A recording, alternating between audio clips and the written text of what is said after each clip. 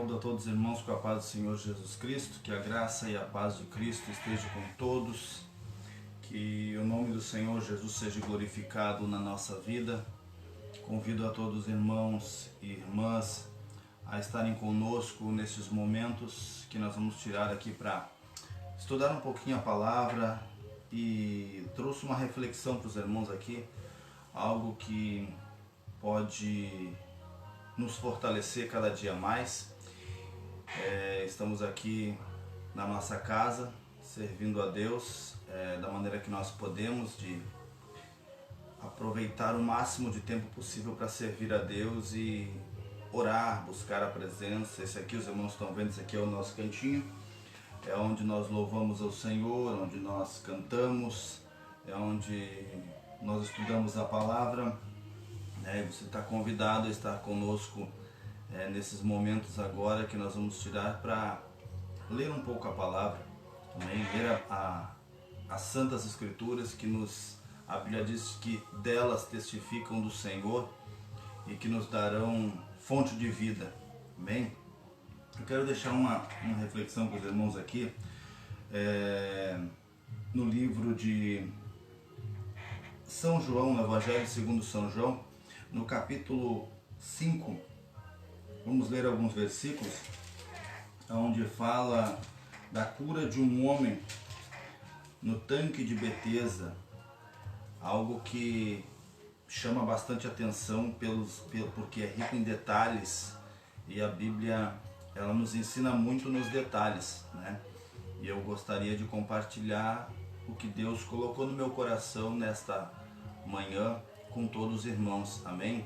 Que Deus abençoe a todos os irmãos que estão chegando aqui, né? Eu quero que vocês possam compartilhar conosco também, entrando, conversando conosco, fazendo as suas perguntas dentro da mensagem, para que a gente possa acrescentar ainda mais as bênçãos de Deus e acrescentar um pouco mais do que Deus tem para nos ensinar, né, irmãos?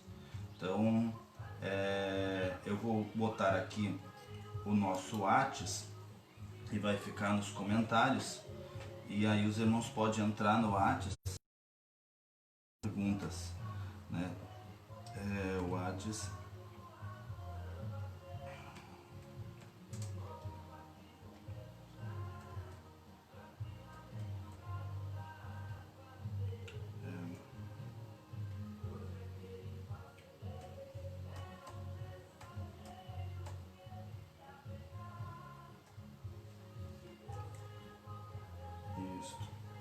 o WhatsApp aí para os irmãos, né, entrar em contato conosco, e estaremos conversando com vocês, né? Vou botar isso, tudo certinho. Irmãos, hoje é dia 26 de junho e também eu quero, antes de iniciar, parabenizar a minha filha Andriele, que está completando hoje 19 anos de vida, e dizer para ela que eu amo muito ela, que ela tem sido um presente glorioso de Deus na minha vida.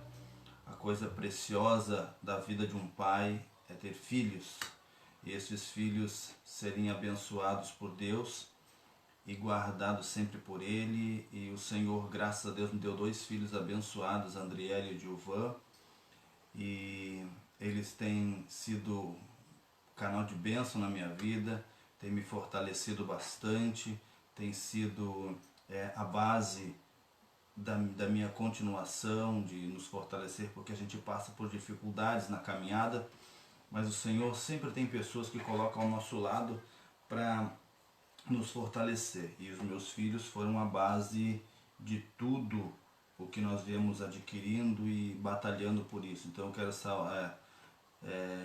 salientar que eu amo muito ela, que Deus abençoe a vida dela, que ela venha continuar sendo essa menina abençoada, forte, valente, e que continua sempre sendo querida e abençoada por Deus como ela tem sido. Amém? Que Deus abençoe a todos em nome de Jesus. Também eu quero agradecer a minha esposa, irmã Maristela, que tem sido canal de bênçãos na minha vida. Tem irmãos que dizem assim, minha esposa é 50% do meu ministério.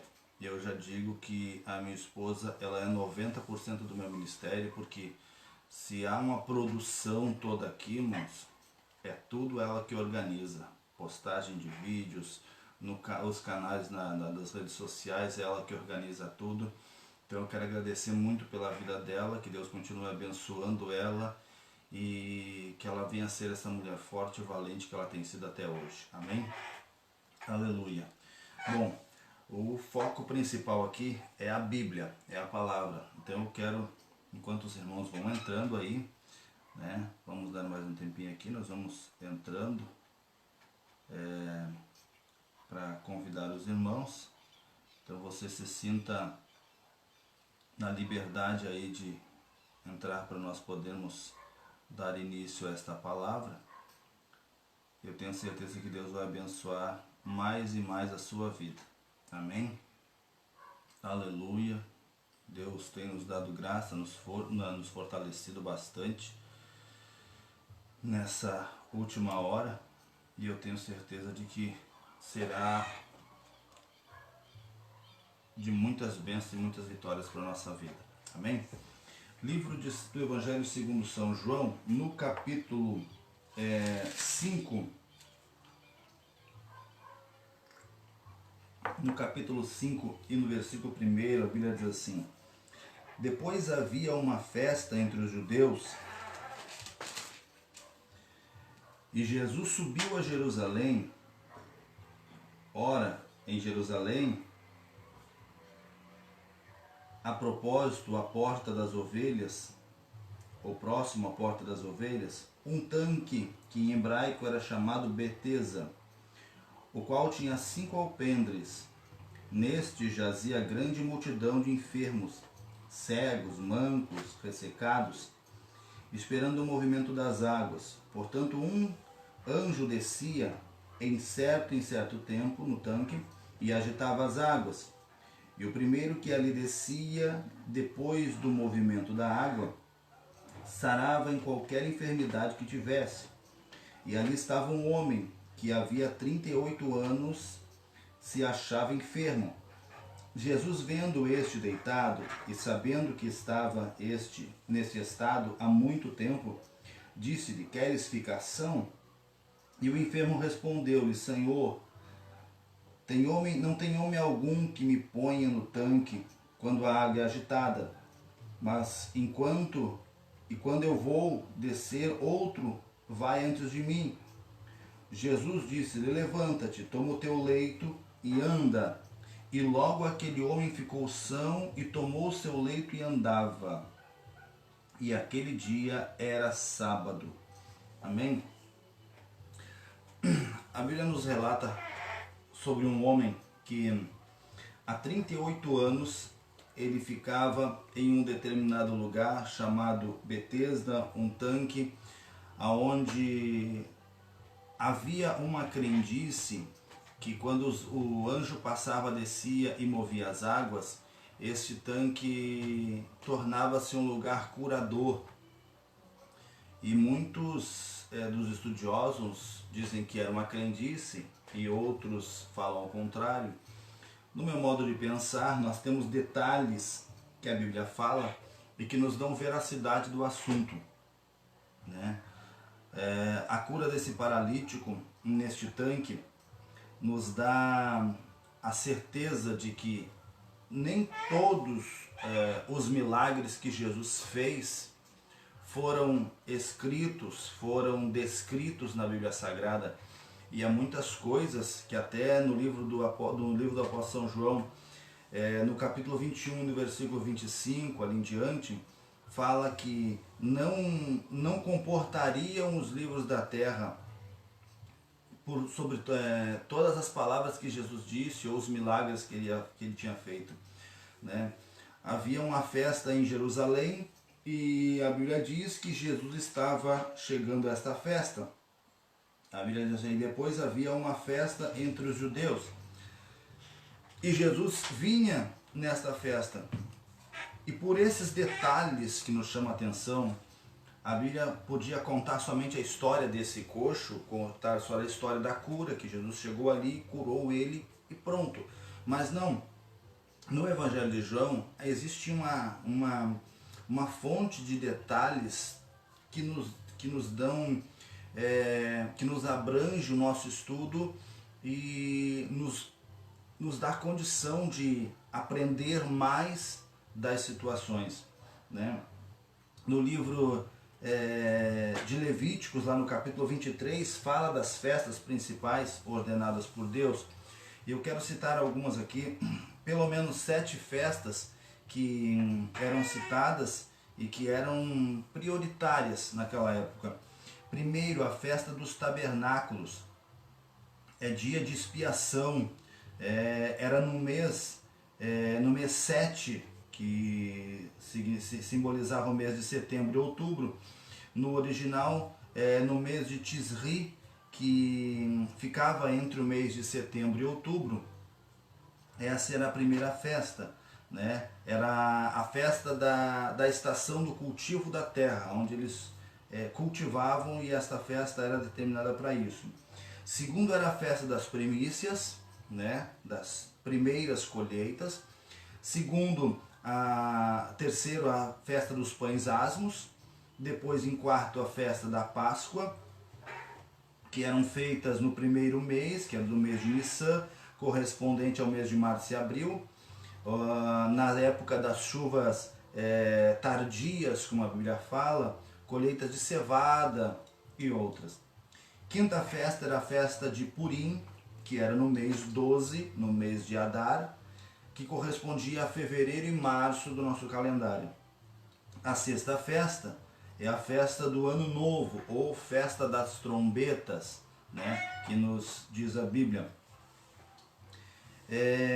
que ficava no mês 7 também, que era o mês de Tisri, em setembro e outubro. E a sétima festa, que era chamada a festa do Pentecostes, era essa no terceiro mês, mês de Sivan, que corresponde a maio e junho, da época das vinícolas, né? Onde eles produziam a uva, os vinhos e aí por diante.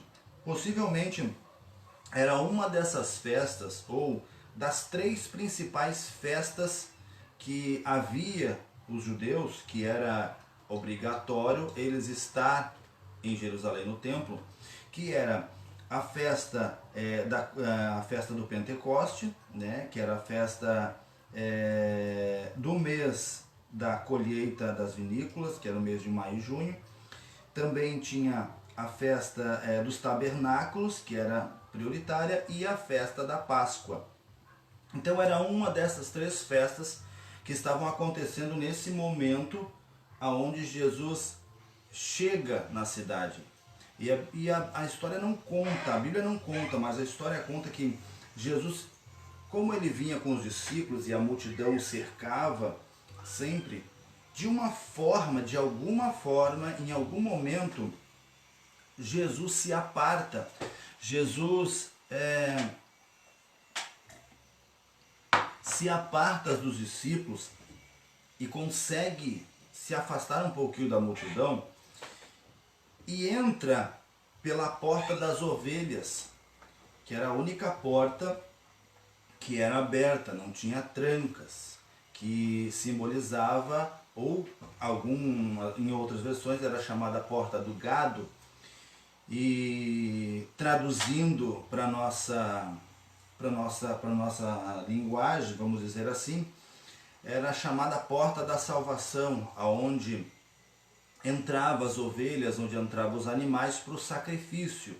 E era o lugar mais próximo que entravam, ou um lugar mais próximo que os enfermos poderiam ficar da entrada do templo, né? Da entrada do templo principal, da entrada principal do templo. Então, Jesus, de uma forma, ele se afasta dos discípulos, ele se afasta deles e entra pela porta das ovelhas e vai até o tanque de Betesda, né? Que o tanque de Betesda, nessa situação, a história conta que ele tinha alpendres, ele tinha lugares elevados, onde os enfermos ficavam embaixo e ficava como se fosse um pergolado assim em cima, para tampar eles do sol, aonde as pessoas que iam para essas festas deixavam os seus enfermos ali, enquanto eles fossem oferecer o sacrifício, os enfermos ficavam ali esperando o mover das águas, né? Outros vinham para Jerusalém, deixavam os enfermos ali para poder trabalhar, ter a sua renda, né? E aí por diante.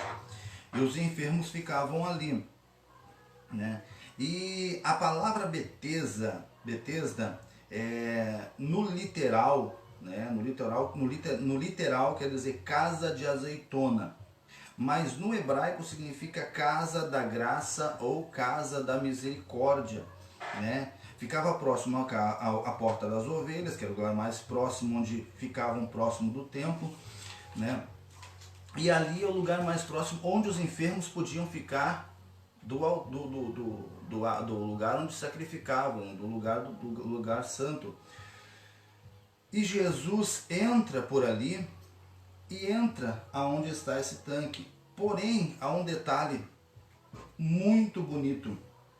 A Bíblia diz no versículo 3 que ali existia uma multidão de enfermos. Uma multidão de enfermos, de coxo, de mancos, de ressequidos. Pessoas que estavam ali prontas, esperando o mover da água para poder receber o seu milagre. E Jesus vai diretamente a esse homem, vai de encontro com ele. E a Bíblia diz, né, que Jesus sabia da situação dele. Jesus sabia o quanto tempo ele estava ali. E a Bíblia diz que ele sabia até o porquê. Mais adiante nós vamos ver que Jesus sabia até o porquê dele estar ali e o porquê da situação dele aquela ali. Há 38 anos ele ficava ali. Existem pessoas, até eu ouvi pessoas falarem, que há 38 anos ele estava ali e até diziam que isso simbolizava crentes que ficavam em casa, que ficavam parados, que ficavam lá estagnados, esperando pelos outros. Não. Ele estava há 38 anos ali. Não ali no local, mas ele estava na situação que ele se encontrava há 38 anos. E a situação dele não havia mudança. Ele era paralítico, ele não andava. E para ele, mesmo que se movesse as águas do tanque, era difícil ele se arrastar até o tanque, porque sempre havia outras pessoas que ajudavam, tinham auxílio de outras pessoas para lançar as pessoas enfermas. E quando Jesus se aproxima dele, Jesus vendo, no versículo 6, a Bíblia diz assim, ó, e Jesus vendo este deitado, sabendo que estava neste estado havia muito tempo, lhe disse, queres ficar são? Esse detalhe dessa pergunta ele nos chama a atenção porque Jesus pergunta para ele. Num lugar onde há muito enfermo, o camarada está ali sentado, há 38 anos vivendo naquela situação, e Jesus chega para ele e pergunta para ele assim, no lugar aonde ele está esperando o milagre por fé, pelo movimento. Ele crê que o anjo vai descer e que ele vai receber a cura. E Jesus chega para ele, uma pessoa estranha, que ele não conhece, e pergunta para ele, você quer ficar são? É óbvio que a pessoa ia responder de imediato, eu quero, eu preciso ficar são, eu estou aqui por causa disso. Dependendo até do tipo de temperamento da pessoa, você ia dizer para ele, mas que pergunta é essa? Eu estou aqui paralítico, não ando, vivo assim há 38 anos, e tu vem me perguntar ainda se eu quero ficar são? É óbvio que eu quero ficar são. Mas ele não responde dessa forma. Ele responde de uma forma totalmente diferente. Ele responde para o Senhor e diz assim, toda vez, né, que eu tento me lançar e que as águas são movimentadas, e eu tento me lançar lá, alguém vem e entra na água antes de mim, e eu perco a oportunidade. Olha o versículo 7. E o enfermo respondeu, Senhor, não tem homem algum que me ponha no tanque quando a água é agitada, mas quando eu vou descer, outro antes de mim o desce. aquele homem estava sozinho e tinha outras pessoas que tinham apoio, tinham ajuda, tinham pessoas que dependiam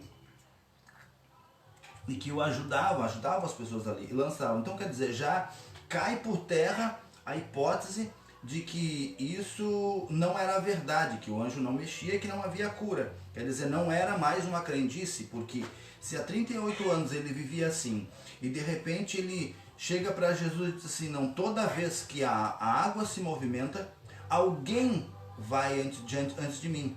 Quer dizer, então ele já tinha visto o milagre acontecer.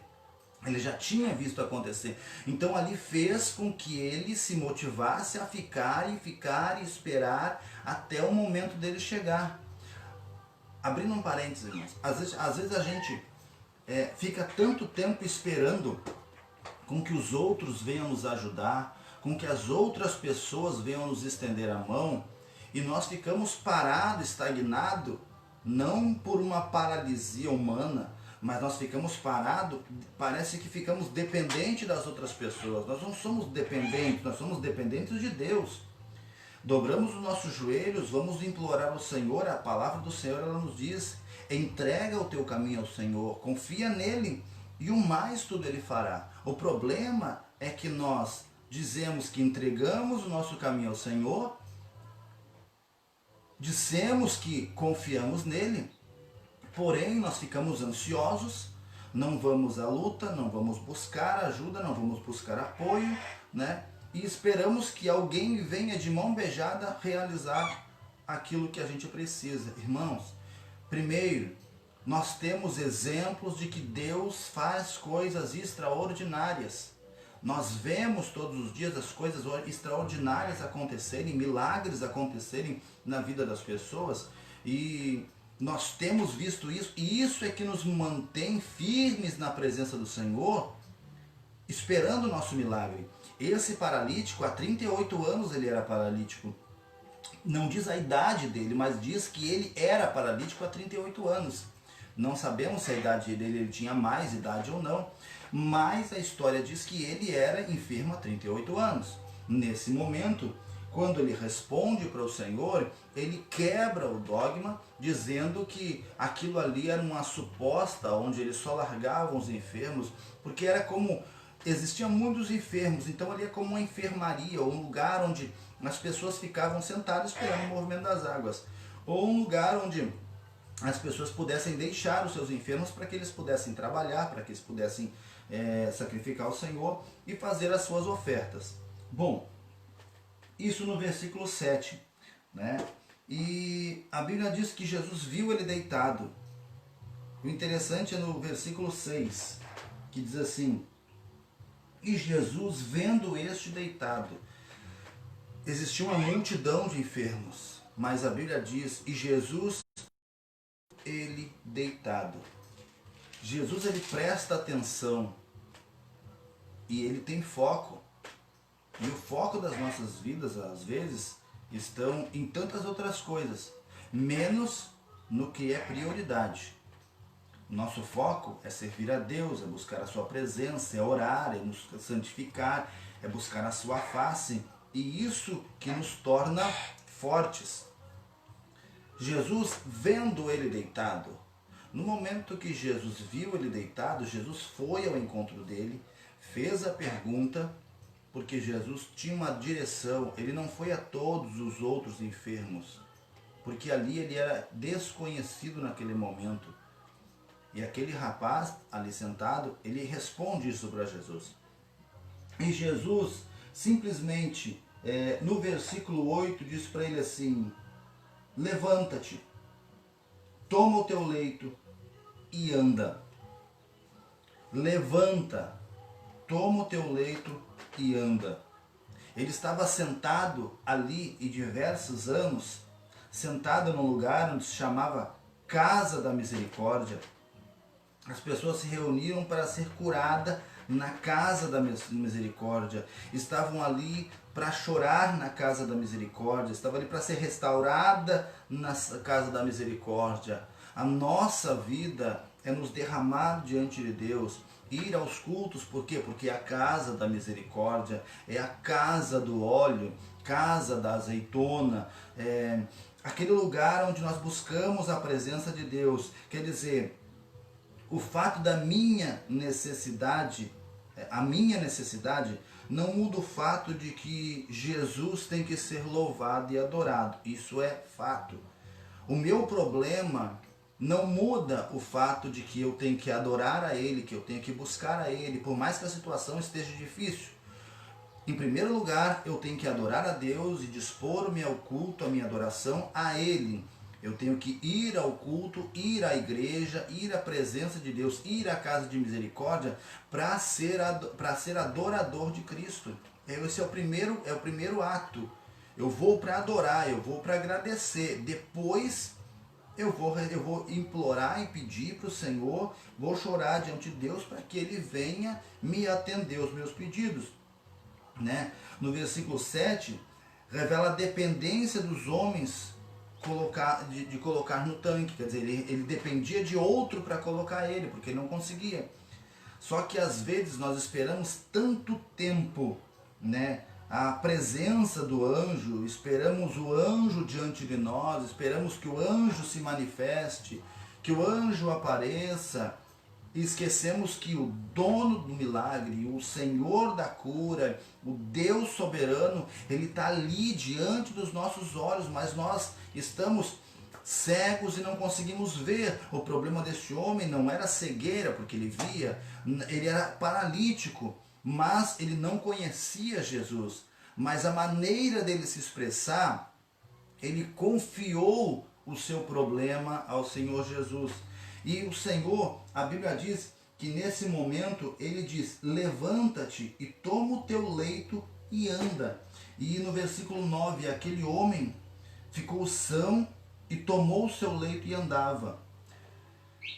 O detalhe, a Bíblia diz que era sábado naquele dia, no versículo 9. Por que a Bíblia fala que era sábado? Porque o dia de sábado era um dia que não podia trabalhar, que não podia mover nada de lugar. Quando se fala guardar o sábado, não podia se mover uma coisa de lugar ou mudar o estado das coisas, mudar a situação. Digamos, se tivesse um elevador e um judeu tem que subir, o elevador ele não podia, ele tinha que ir de escada, porque ele não pode mudar a situação das coisas. Quer dizer, ele não podia sair dali e trabalhar, ele não podia levantar dali e trabalhar, ou sair dali, pegar a sua cama e andar. Jesus muda o critério. Primeiro, ele é o Senhor das leis. Então, ele é quem domina tudo, é ele quem direciona tudo, é ele quem faz a diferença. Né? Pois aquele milagre, aquele sacrifício, aquela atitude de Jesus em mandar com que ele levantasse, Jesus sabia que a partir dali, né, começaria uma perseguição a Jesus por causa daquele milagre. Então ali começa a perseguição contra Jesus. A pergunta de Jesus era para despertar a vontade daquele homem ser curado. Quando aquele homem se levanta, ele toma a cama dele e sai. Ele levanta, né? Tomar a cama, andar, guardar o sábado, não mudar o estado das coisas. Jesus quebra várias regras, as leis dos homens e não as leis originais de Deus. Quer dizer, ele muda o estado das coisas, ele quebra regras, ele muda a situação. Nós vivemos muitas vezes as nossas vidas muito regradas, muito ali certinhas. E o Senhor às vezes muda esse sentido, porque as leis impostas pelos homens são temos que obedecer sim, mas o Senhor é quem faz as leis, o Senhor é que nos direciona. Se Ele quisesse curar no sábado, Ele cura no sábado. Se Ele quiser curar você no mesmo momento, Ele cura. A atitude quem toma é Ele, a decisão quem toma é Ele.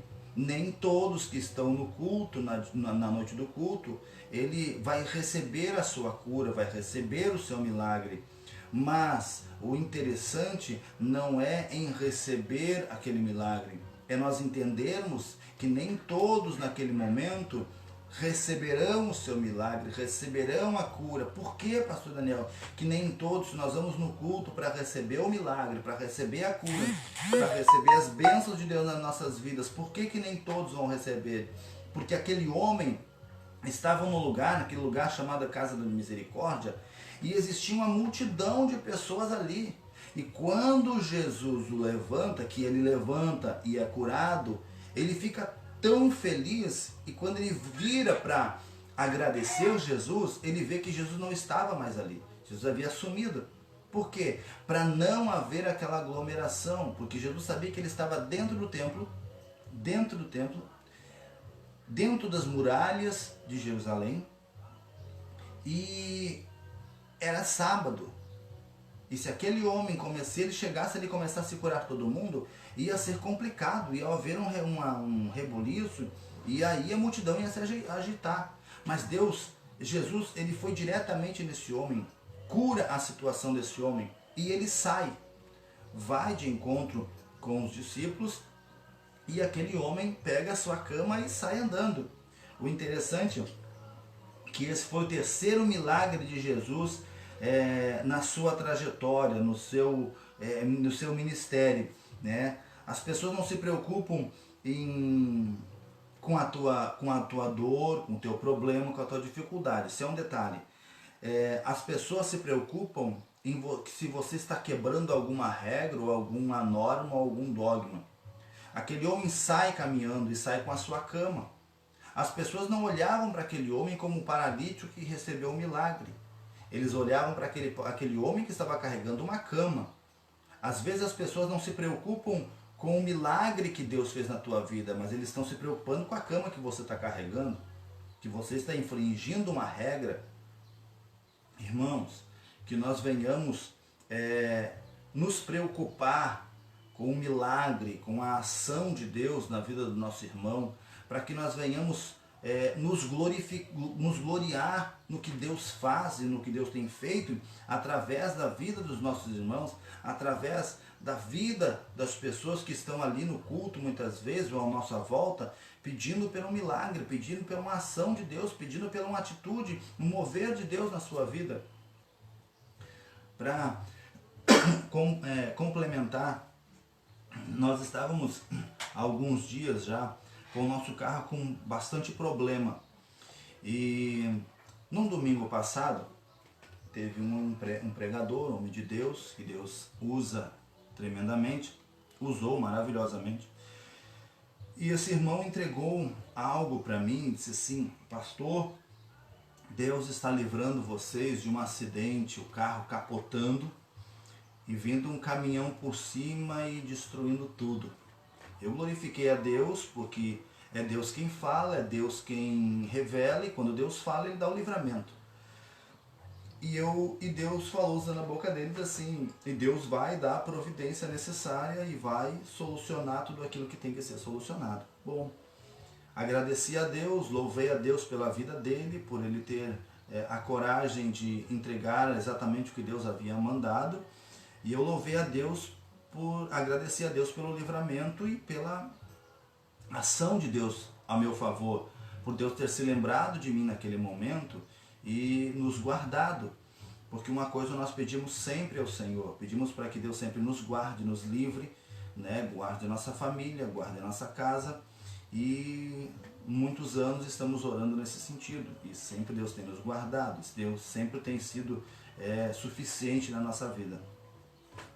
E no outro dia, na segunda-feira, eu comecei a gravar uma série de mensagens, até que nós completamos um pedaço dela ontem, sobre Atos 2:42 até o 47 por ali, mas nós peguemos alguns pontos que perseveravam na oração, na comunhão, no partir do pão, nas orações, né? E nós começamos essa série de mensagens. Na segunda parte da mensagem, nós falamos sobre a comunhão, que se você quiser adquirir essas mensagens, está lá no YouTube, vocês podem assistir novamente e ver na íntegra.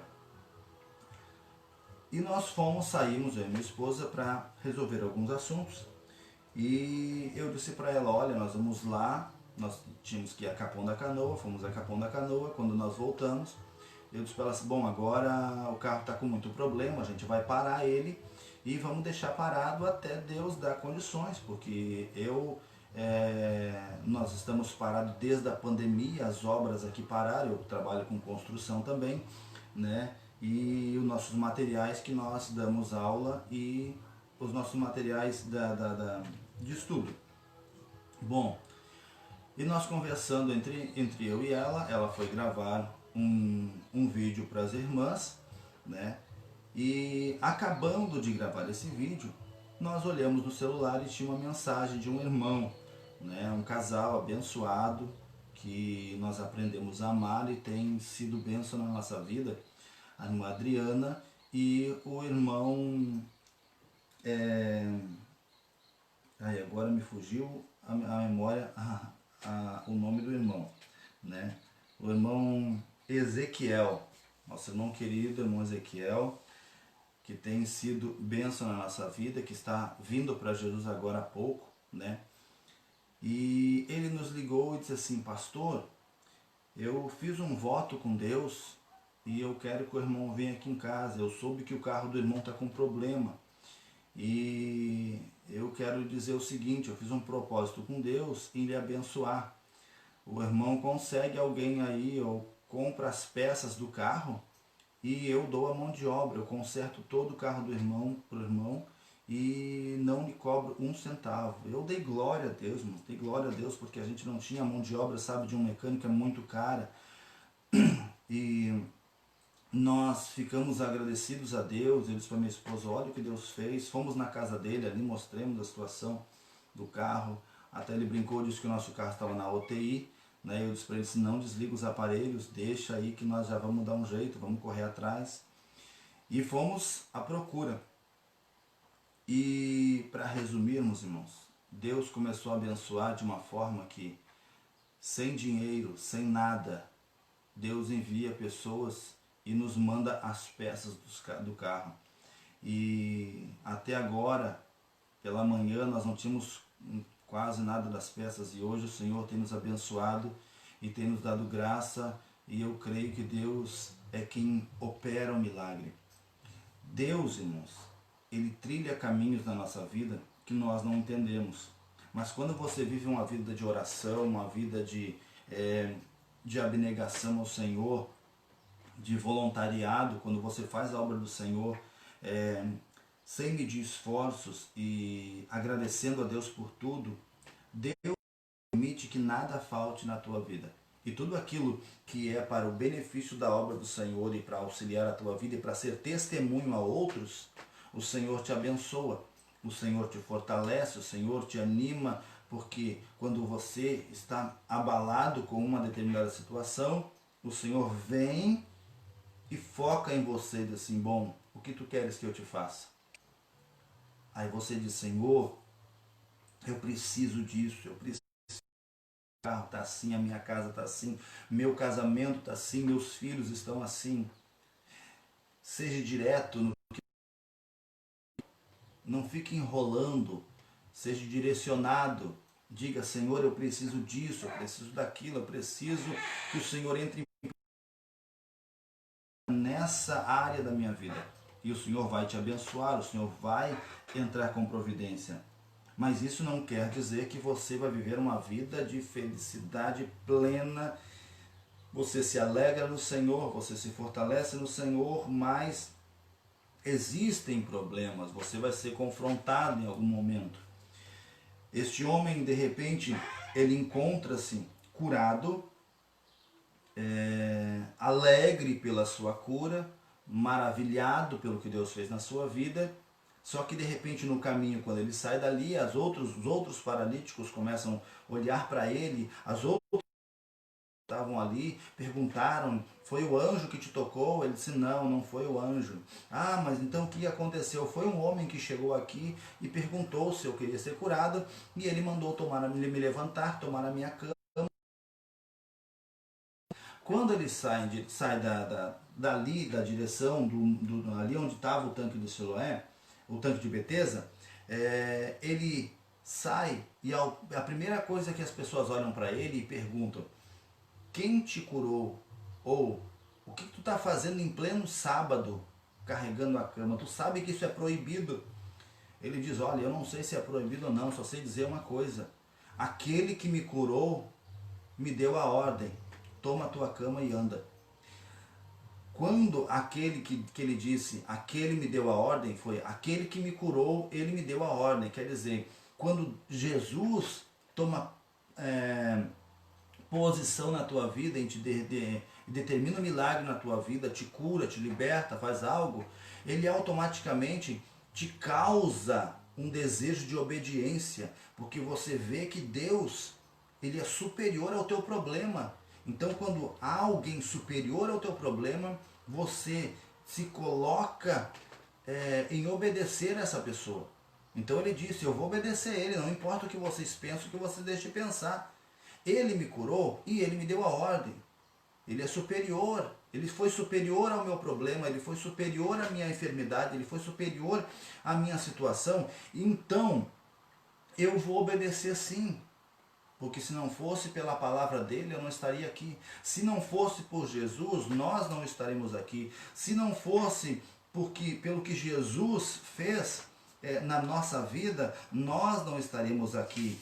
Se não fosse pelas atitudes de Jesus conosco, nós não estaremos aqui. Se não fosse pelo perdão de Deus, nós não estaremos aqui, né? Se não fosse pela misericórdia de Deus, nós não teríamos esta casa, não teríamos nada, porque o Senhor é quem nos sustenta, o Senhor é quem nos mantém, é o Senhor que nos dá graça, é o Senhor que nos dá misericórdia. É pela sua misericórdia que nós estamos vivos e é pela misericórdia de Deus que nós estamos servindo a Ele e dando glórias a Ele. Amém? Que esta palavra entre no teu coração como uma flecha aguda e que você sinta o desejo de obedecer a Ele por tudo que Ele fez por você.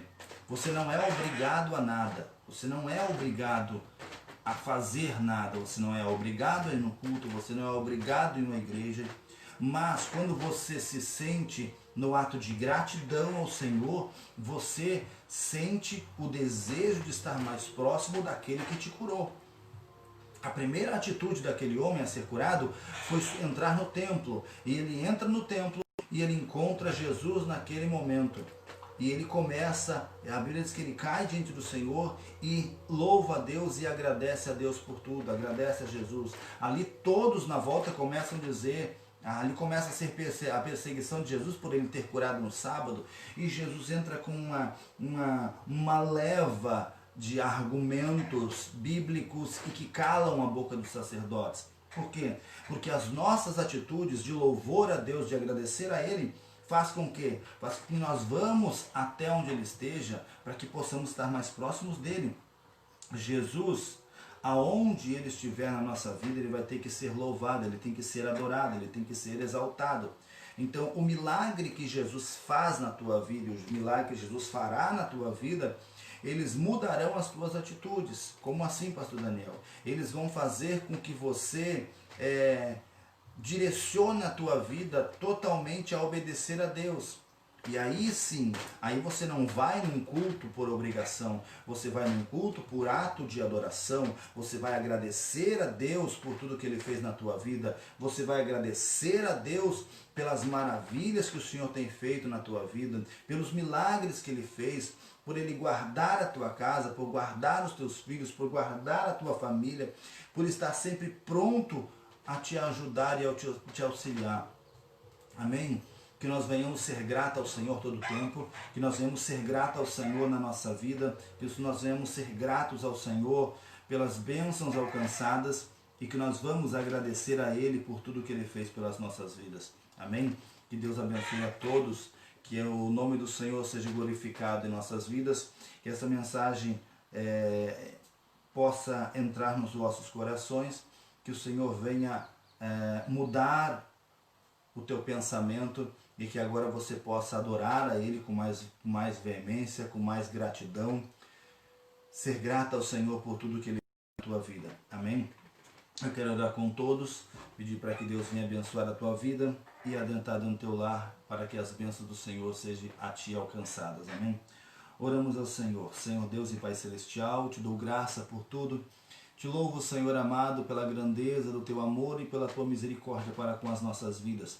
Nós não somos nada sem a tua presença, sem, Senhor amado, a tua presença na nossa vida. Nós não temos direcionamento nenhum, Senhor. Nós continuamos paralíticos, sentados, ó Pai, com os nossos problemas ali no mesmo jeito, Senhor. Mas quando o Senhor, meu Deus, quando nós reconhecemos o Senhor, que é Senhor da nossa vida, e nós paramos de esperar pela atitude do anjo e começamos a ouvir a tua palavra, a tua voz, Senhor, eu tenho a certeza de que o Senhor muda o curso da nossa história, da nossa vida.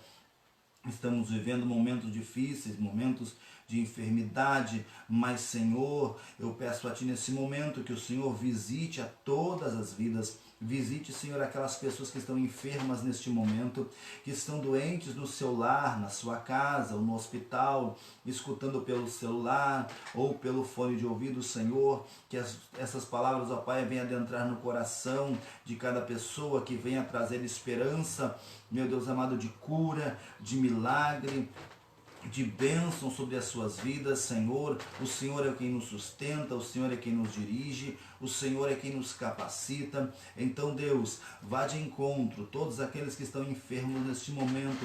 Eu repreendo toda e qualquer enfermidade em teu nome, Senhor, porque nós não podemos fazer nada sem que a tua presença esteja, meu Deus, na nossa vida. E eu te peço, Senhor amado, que tudo venha a ser feito para a glória do teu nome, Senhor, para que tudo seja feito pela autoridade do Espírito Santo de Deus, e que, Senhor amado, o Senhor venha visitar aquelas pessoas, Senhor, que estão, Senhor amado, sem trabalho, que estão, Senhor amado, desempregada. Eu quero que o Senhor, meu Deus amado, meu Deus, por misericórdia, ouça a nossa oração, Senhor, e responda, Senhor amado, o nosso clamor pelos teus filhos, Senhor, para que Deus eterno, Senhor, venha abrir as portas de emprego para os teus servos, para as tuas servas, famílias, Senhor, que estão dependendo de um trabalho, Senhor. Não permita, Senhor amado, que falte o alimento, o pão de cada dia, o sustento, Senhor amado, os valores necessários para os pagamentos das suas contas, ó Deus, para que eles venham, Senhor amado, ficarem tranquilos dentro dos seus lares com a sua família. Senhor amado, entra com providência, Senhor amado, nesta vida que está precisando agora, meu Deus amado, para o seu casamento, uma união, uma restauração no seu lar, na sua família. Deus, este filho, esta filha, Senhor, que muitas vezes causa problemas, lágrimas, dores, ó Pai amado, no coração desta mãe, deste pai. Senhor, entra com providência da melhor forma possível, Deus.